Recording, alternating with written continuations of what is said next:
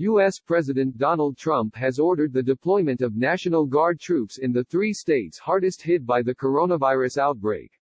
Troops will be used in New York, California and Washington to deliver medical aid and set up medical stations after the number of deaths nationwide rose to 471 and infections to 35,244.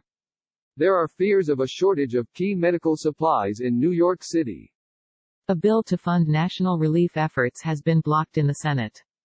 Opposition Democrats want the emergency stimulus bill, which is worth almost $1.4 trillion, £1.2 trillion, to include more money for state and local governments and hospitals, while Mr. Trump's Republicans are pushing for quick action to reassure financial markets.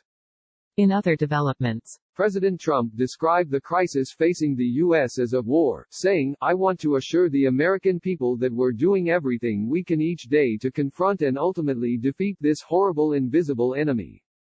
The medical stations the National Guard will set up have a capacity of 4,000 beds, 2,000 of which will go to California, 1,000 to New York and 1,000 to Washington state.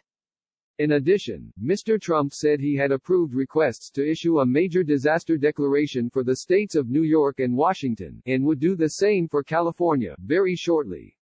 Such declarations make federal funds available for relief work. Earlier, several state governors and local authorities pleaded with the federal government to make more medical supplies available. New York Mayor Bill de Blasio said on Sunday, "We're about 10 days away from seeing widespread shortages.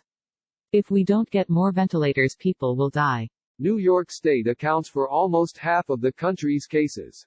In California, officials have instructed hospitals to restrict coronavirus testing because of a shortage of medical supplies.